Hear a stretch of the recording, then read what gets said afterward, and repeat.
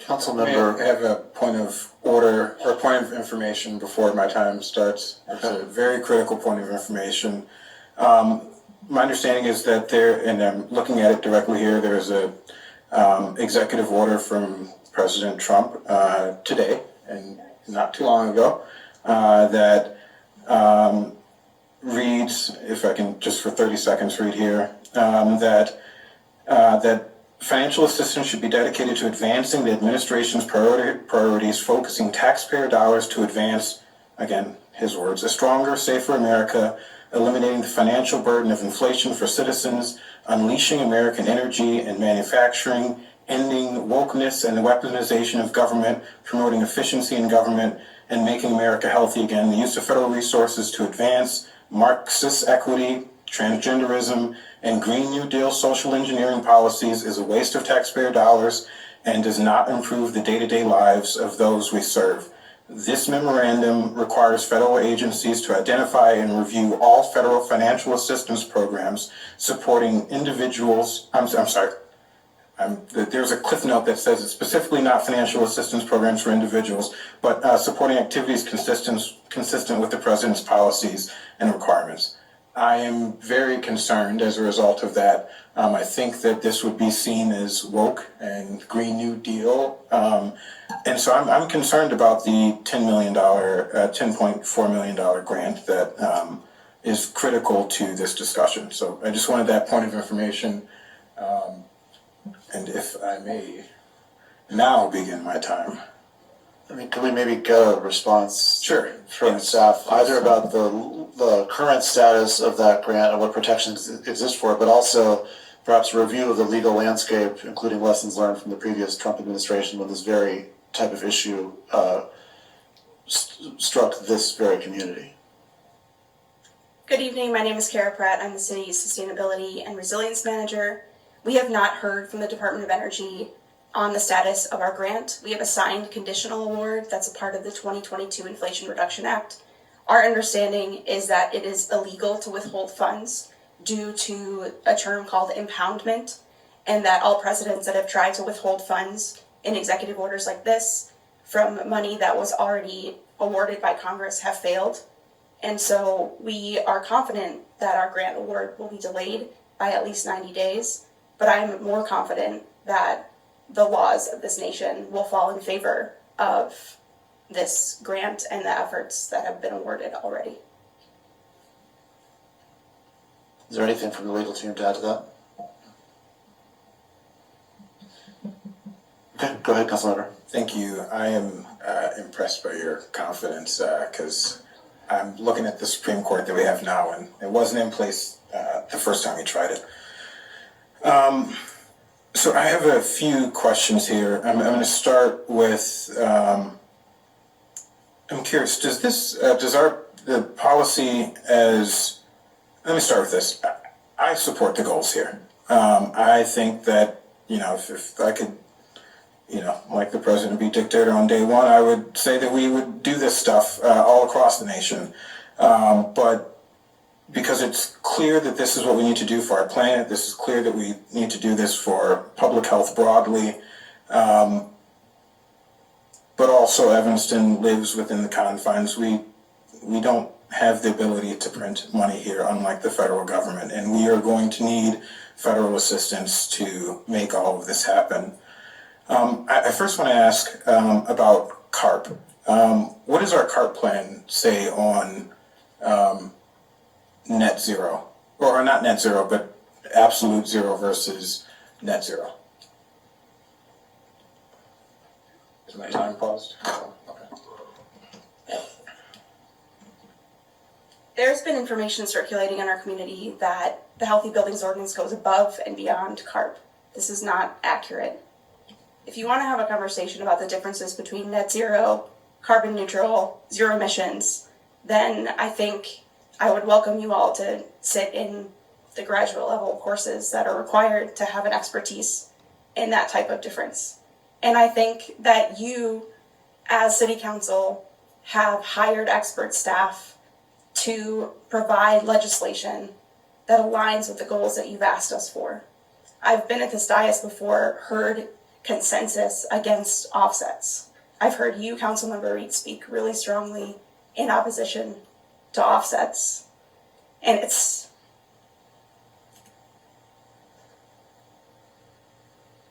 I'll get into the science a little. I just want to be clear. My question was, does this proposal go beyond CARP? No. The Healthy Buildings Ordinance aligns with the 2024 Department of Energy definition of a zero emissions building.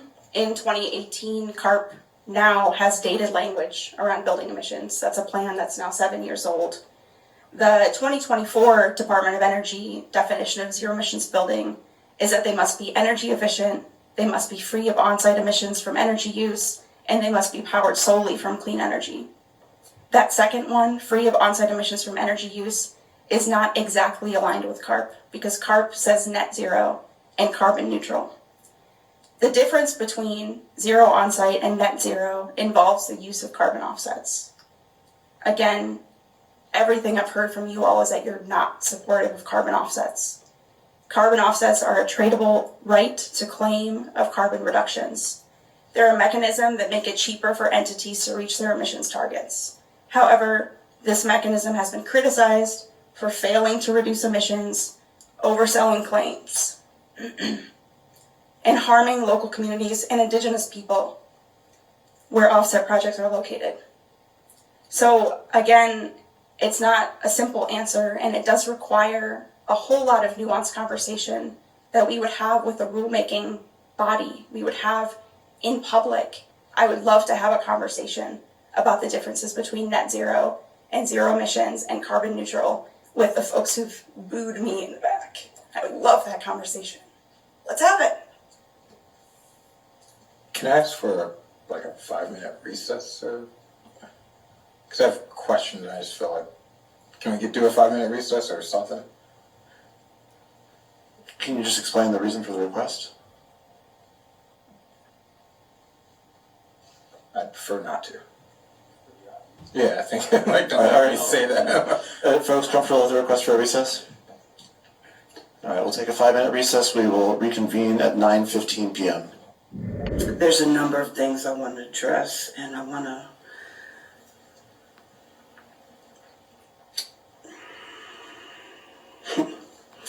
to be careful, and I don't want to be careful. Yeah, I struggle, and I'm not my authentic self. So, but I'm trying to be appropriate. So we know why we had to reset. And I think some inappropriate things happened that I don't agree with. And it's okay. It's okay. We make mistakes. But we've got to be our best self. And if you know and hear anything I say, respect is always important. This dais means nothing to me if I am not respected as Chrissy. Council member doesn't matter.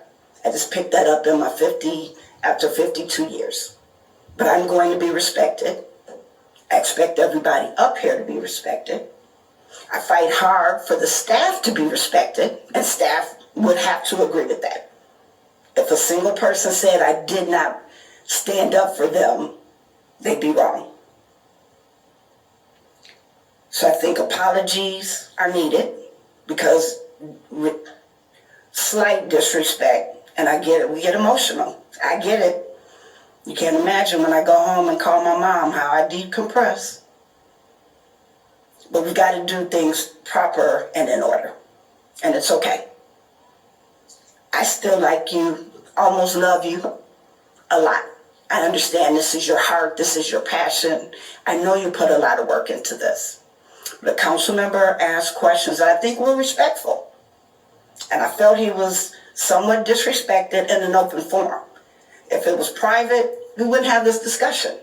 But it happened in an open forum. And I think we have to set the tone here.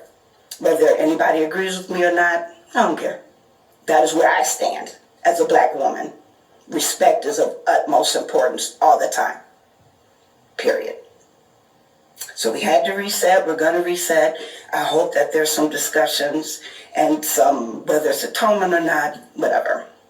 I really want to apologize about what I said earlier. I was, as you could see, getting very emotional, and I don't think I communicated the point of what I was trying to express, which is that the difference and the nuanced difference between carbon neutrality, net zero, and zero emissions is really, really complicated. I did not mean to make any sort of assumptions about any, like the degree to which people need to be educated about things. I meant that this is really complicated and I really want to have a conversation. So I apologize that what I said was hurtful, and I'm really sorry for that. Was not my intention.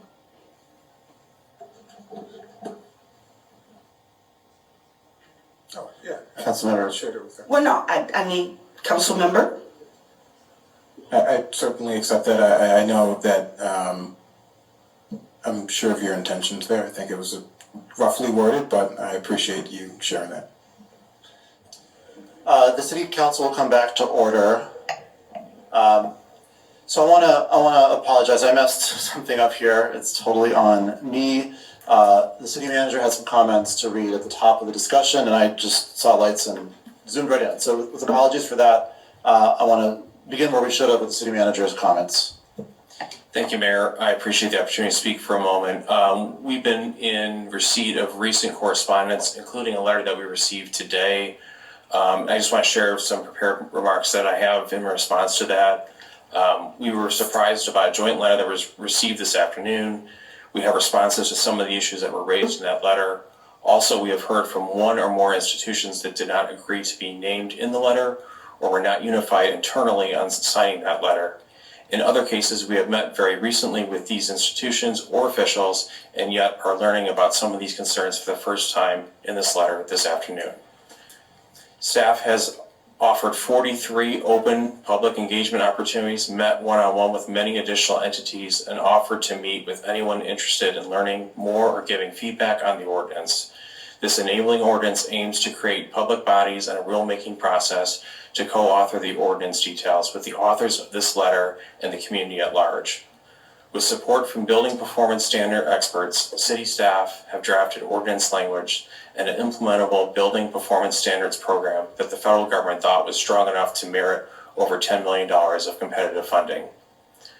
We realize that no one loves new regulations. The city is aware of these concerns and how challenging this work is. Because we recognized these concerns early, we were awarded grant funds to help address them in this ordinance's implementation. We're not alone in this work. Dozens of other cities and entire states are working on similar initiatives. Thank you.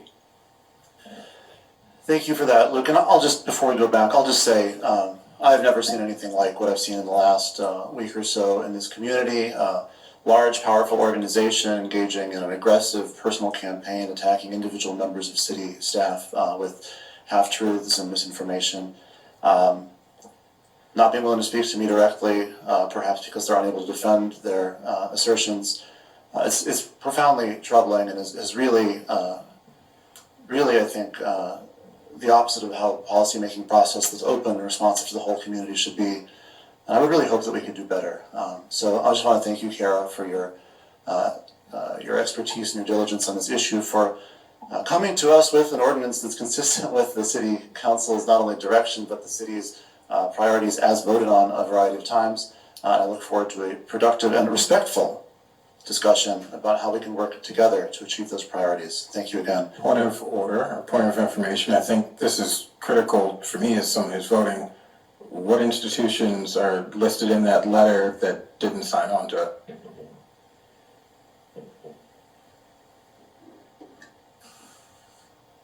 My understanding is I think there was confusion at Three Crowns on whether or not they were supposed to be added to that letter, and I think there were other institutions that reached out that internally that there was disagreement internally whether or not to be on the letter.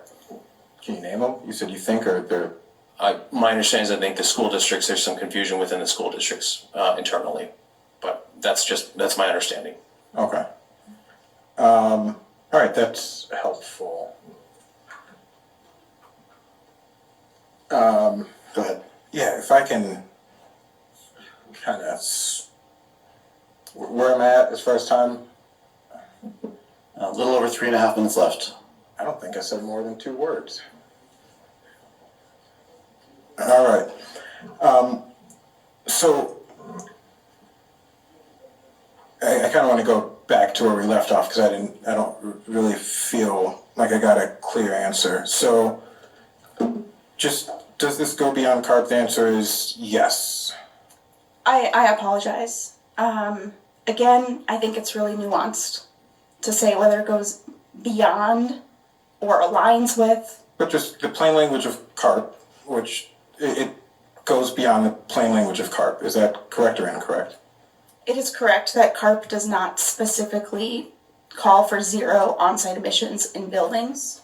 However, in order that to... is the new standard that, in the last 7 years that we have come to understand. Right. Okay, so that's helpful. I'm curious, when we say that the cost of upgrading to all electric, getting rid of natural gas, it's more cost effective in the long run, correct? This brings down costs for the user. I heard some of the public comments say that. Is that accurate? Energy efficiency measures can save costs.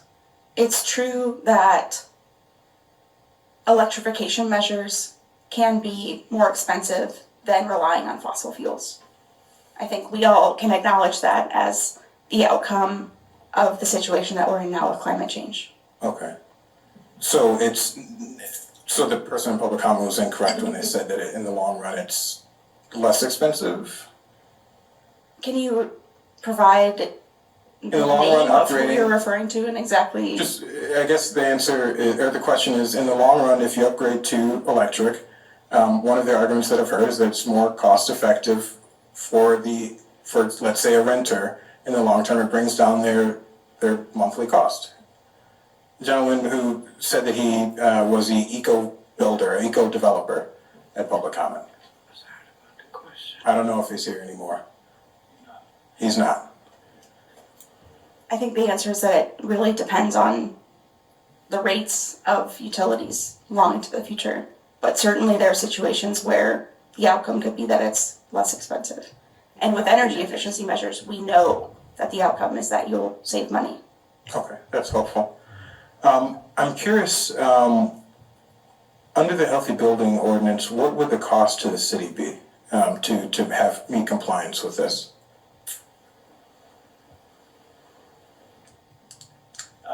Good evening, members of the council, mayor, city manager. We have not run those cost specific yet. Part of the $10.4 million that we're hoping to receive from the Department of Energy would help us identify those costs. However, there are some projects underway already where we're moving towards those goals. So we don't have a firm number right now of what that would cost the city. So that is something that we would work with council on as we move forward over the next several years, looking at our capital improvements planning process, looking for grants that may be able to assist us on that. Okay. And then certainly when we get into putting assets to work, there may be some opportunities there to look at some financing. Thank you. And so we don't even have a rough estimate. Are we talking $50 million, $100 million, $1 billion? There were some What's the rough range? estimates that came out a while ago. I think it's questionable the accuracy on those. So I would say no, we don't really have a rough estimate, but it is going to be several tens of millions of dollars we would anticipate. Potentially hundreds of millions. I don't know that answer. Okay, but- so yeah, we don't even have a rough estimate of the cost of the city, so I'm sure we don't have what the cost to folks in the community would be. You mentioned the Department of Energy grant for $10.4 million, so we have some, based on what was shared by legal, we believe that these funds are coming. Is it true, I've heard this both in public comment and said many times, that the conditions of the grant are that if we don't pass this ordinance, we're not getting the grant money? That is how I understand it. So that was part of our application process and it's part of the award. So the award of the $10.4 million is contingent upon this ordinance being passed. Can you explain? I've never heard of that with a federal grant. Can you explain that further? Can you help me explain that a little bit, Cara? I mean, I think that's just part of the grant agreement that we're signing with them. And I think it's unique, and yeah, I think this is the first time we've seen it as well, but. So every community that's receiving these funds has a version of the Healthy Building Ordinance. Yeah, And just a little analogy here. If you think back to the way the Obama administration rolled out the Race to the Top grants, it's not so unheard of for the federal government to use grant application processes to incent policy change at the state and local level. It's a similar thing. And so we don't get these funds until we pass a Healthy Building Ordinance. That's correct. Okay, and, I see someone. Yeah, Ben. Yeah, so as a part of our DOE grant, there's different budget periods, and within each budget period, we have requirements on what the DOE is expecting us to accomplish in that period so that they're able to give us an allotment of funds to accomplish things and show that we're making progress towards shared goals. The first budget period is approximately 1 year. Within that 1 year, we said that we would pass the Healthy Buildings Ordinance, and so that is one of our go, no-go decision points for budget period 1. Well, yeah, when is the year up? That would be based on when the award starts. And when do we expect the award to start? It's unclear, ideally soon. Yeah, Mayor, Councilmember Reid, that goes back to the earlier question about us waiting on getting the final award. We have been noticed that we have the conditional award. We don't have a clear timeline for when they will come back to us and tell us. So we have a conditional award, not the final award, which makes me a little concerned about the executive order that just happened because I don't know what claim we have to something that's conditional. And my understanding is that Northwestern was a signatory of the grant. Is that correct? And so is Northwestern entitled to a portion of the funds? Mayor, Councilmember Reid, I'll let Cara answer some of that, but yes, Northwestern University was a sub-recipient of the $10.4 million. Okay. So my team has collaborated with Trinans and McCormick, so those are two academic entities within Northwestern, to work on this building performance standards program for the last several months. So they provided a letter of support in April of this year, and also will help with researching the impacts of different interventions in buildings. Okay, thank you. Starting to wrap up here, I just want to step way back again and ask, why are we passing this ordinance? Genuinely, I want to take that step back. Well, first, I think because you asked us to. Let me ask the sponsor then. Councilmember Newsma or Mayor Biss, whoever lead sponsors, why are we passing this ordinance?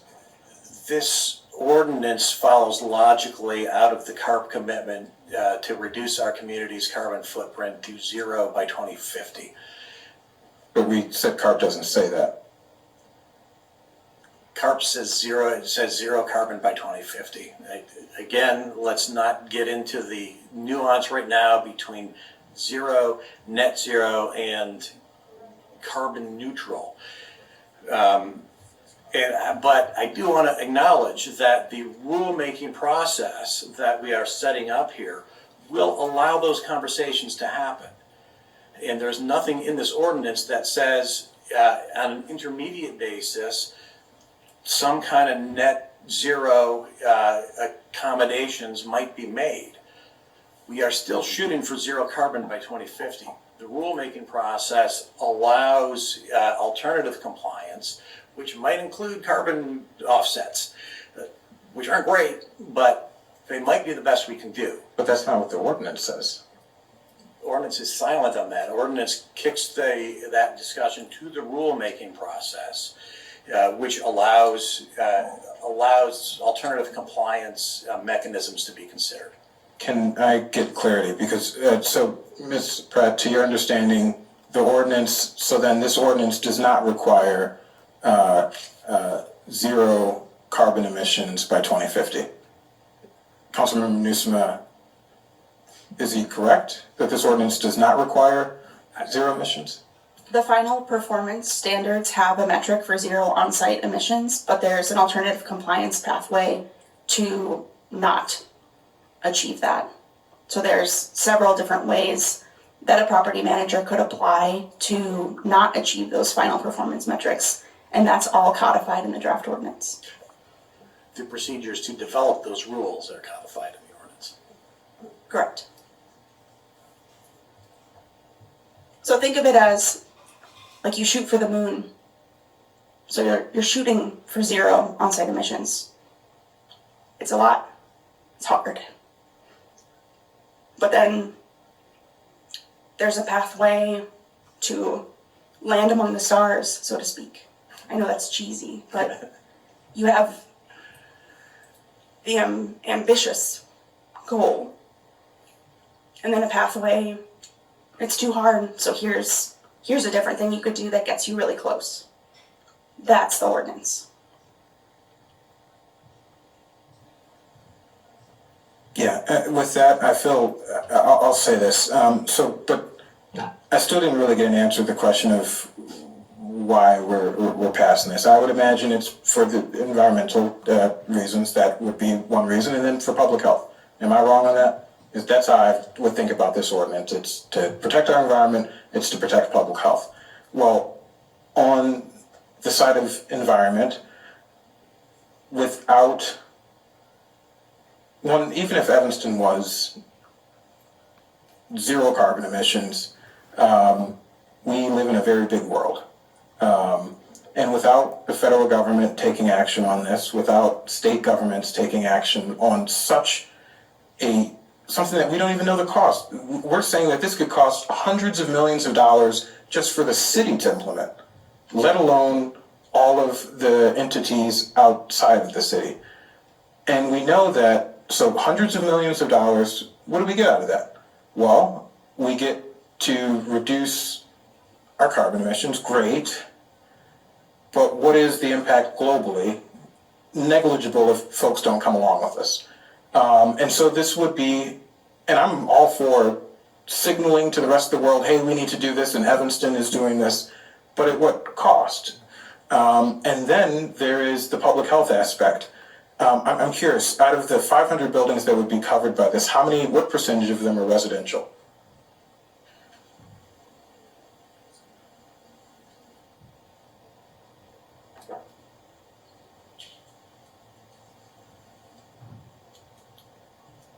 I'm gonna have to take a guess. I don't need you to guess. So, I mean, we don't even know what percentage of these would be residential? Off the top of my head, I don't have the percentage. Or a number?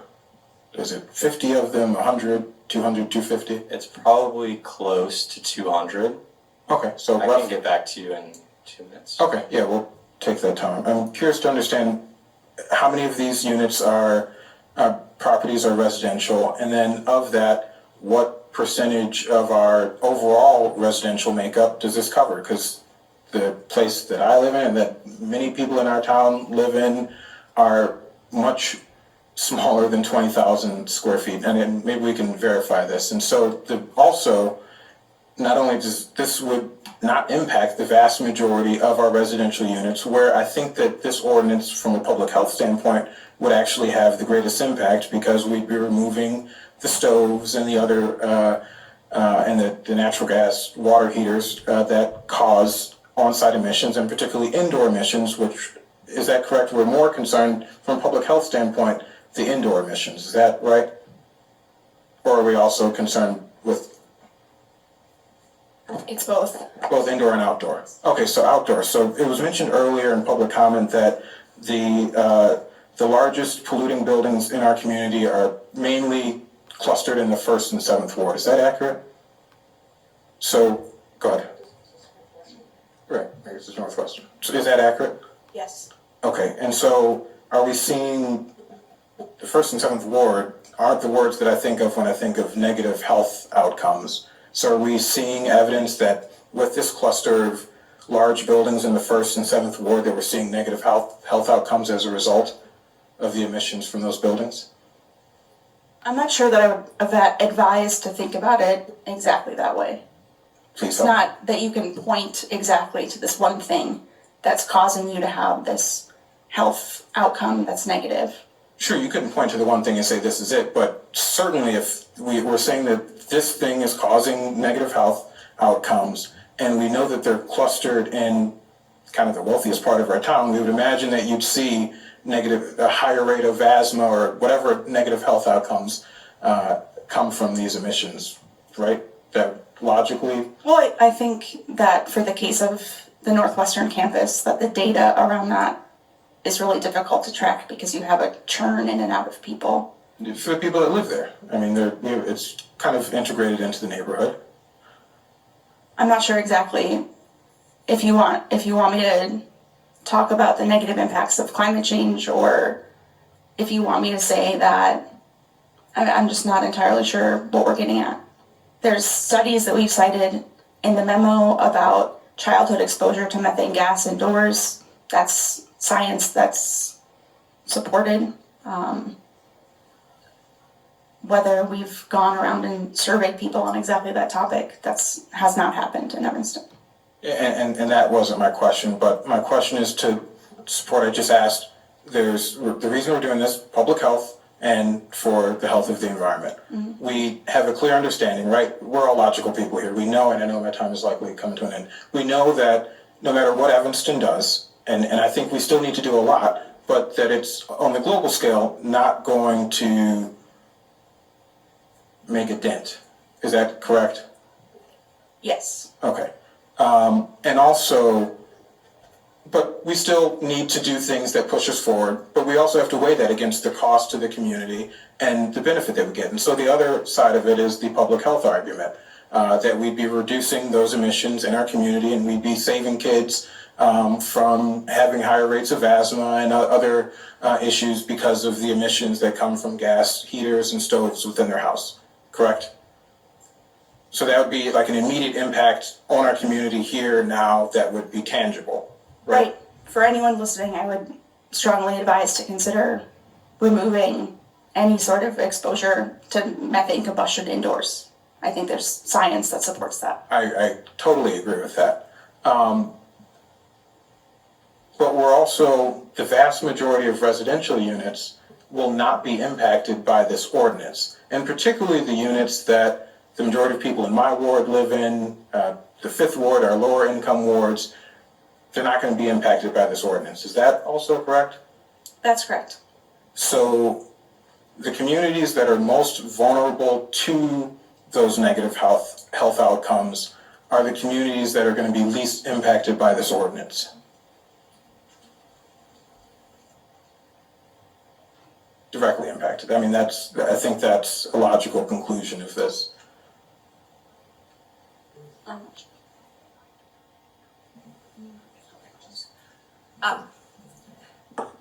I just wanted to, this is Sarah Flax, wanted to point out that we have programs specifically to address small-scale housing, and the Healthy Homes program is one of those. We are working on those, and those are actually focused on our two lowest income and probably most vulnerable from a health standpoint, but the buildings are on such a different scale that we're working at it, but it isn't a part of this ordinance. Okay. I'm going to close here with saying that I think I've been consistent. One, as Cara pointed out, I'm not a fan of renewable energy credits in the city using those to offset our emissions. I think we actually need to do the work of changing habits here. But I've also been consistent in, I've put forward a lot of bold policies that are going to, create disruptions for the business community and large institutions. And we have held items for less. The amount of information that's missing here, we don't have the cost to the city, let alone the cost to the community. We don't even have a rough number. We can't even say 50 million, 100 million, half a billion, 2 billion. We can't say anything. We don't, I don't know if I'm going to get the answer about the number of, out of the 500 or so unit or buildings within Evanston that are over 20,000 square feet.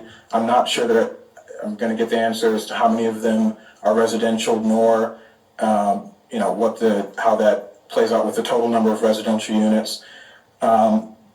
There's a lot of rulemaking that is left to be done. I think that it makes sense for us to hold this and to get it right, because I want to get this right, and I fear that if we do not, that we will be setting ourselves up to just pat ourselves on the back and say, hey, we passed this big bold thing, and then 5, 10 years from now, 15, maybe 20 years from now, a council undoes this ordinance because we didn't plan for it, we didn't amortize the cost that the city will need to make this happen, and we'll just end up right where folks are essentially requesting us to be today, which is we'll get 20 years down the line, Northwestern or whoever will not have complied with it, and we'll just let them purchase the renewable energy credits or the offsets.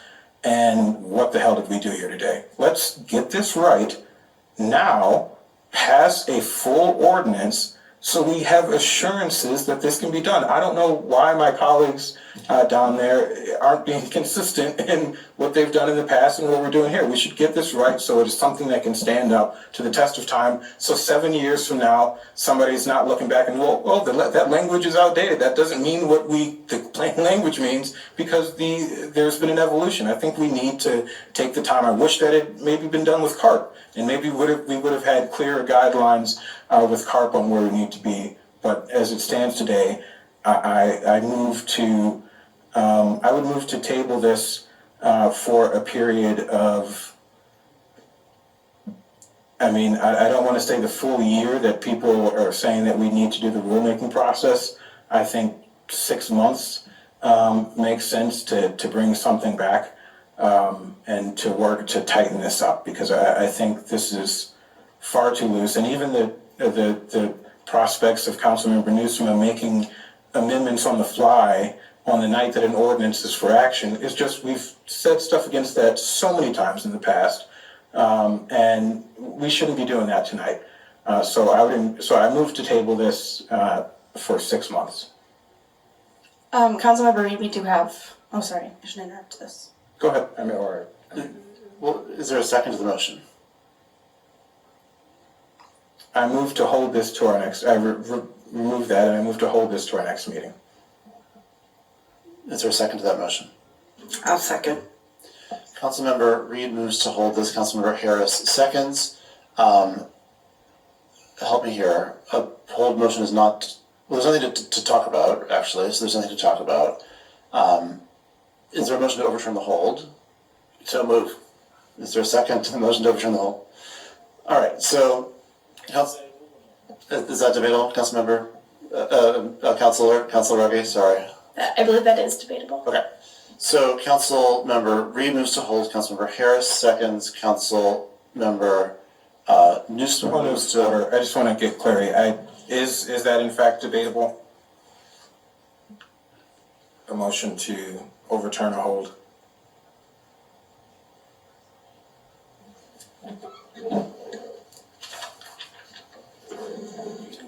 It doesn't say. It's silent, so I believe it is debatable. Okay, so Councilmember Reid moves to hold, Councilmember Harris seconds, Councilmember Newsom moves to overturn the hold, Councilmember Nguyen seconds. I just want to say, I think leading with bold solutions is not exclusive of working collaboratively. It's not exclusive of working thoroughly. I think our comprehensive plan lacked a lot of specificity. And I think the document you gave us is beautifully written. I'd like to maybe see it strengthened. I'd like to see more specificity. I feel, less bureaucracy. There's a lot of committees making decisions. A lot of it's just turned over to the city manager's office to figure out fees even. And I read through the New York plan, and they really do. They say, so many dollars per kilograms of emissions, and it's really specific. I'd rather see that kind of language in here as opposed to handing it over to the city manager's office is going to decide what kind of penalty. So if it looks like we're kind of moving towards taking a little more time, those are the kind of things that would be great if we could actually look, as opposed to just, having so much reciting with the decision of the city manager's office. A lot of that is here. I'm looking at some of the, here, which again, I think for the time that you've had and to complete this, again, it's a great document. I do want to see some more explicit standards. And again, I think, I consider myself a very strong environmentalist. I've led movements. I don't think wanting to do this in a thorough way, there's anything, I want to make sure we get it right. And I do think it can have more teeth, but, more explicit, I don't know if it's teeth, but at least more explicitness. And again, I think moving forward in collaboration too, as much as we can with the community, would be wonderful. So thank you. And then obviously there are other entities that will weigh in, but since we're talking about an elected body and a direct impact to our property tax bills, I think for the purpose of the school districts, a request that they take an affirmative vote stating a position is appropriate. And I don't know, like, if you get a quill and submit a letter, how that works. But I think if we're talking about the duration of a potential hold here, one of the key questions is how long would it take for them to be able to make that decision in an educated way? Hold on, let's back up and explain to me and explain to everyone else. Let me just, so in the we're interest of all full on the transparency, same sheet of music. if the motion to overturn the hold fails, there's a hold and we're back in 2 weeks. If the motion to overturn the hold succeeds, there's no hold at all, and there's going to be a motion to table until April. And that motion to table, what happens, what's required to A simple enact majority. A simple majority to table. Correct.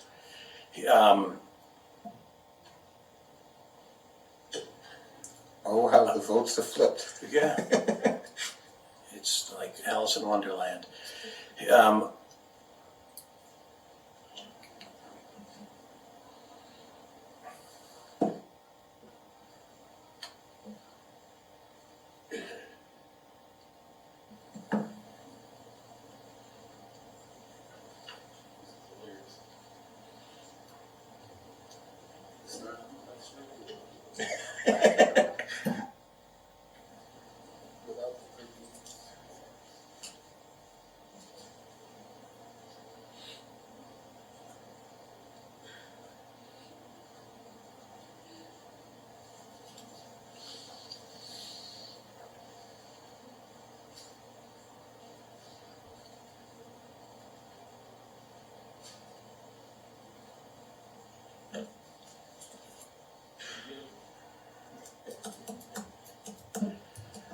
I'm going to withdraw the motion to overturn the hold. Oh, I move, The hold stands. that we overturn the hold. Is there a second? I move that we overturn the hold that I made. Is there a second?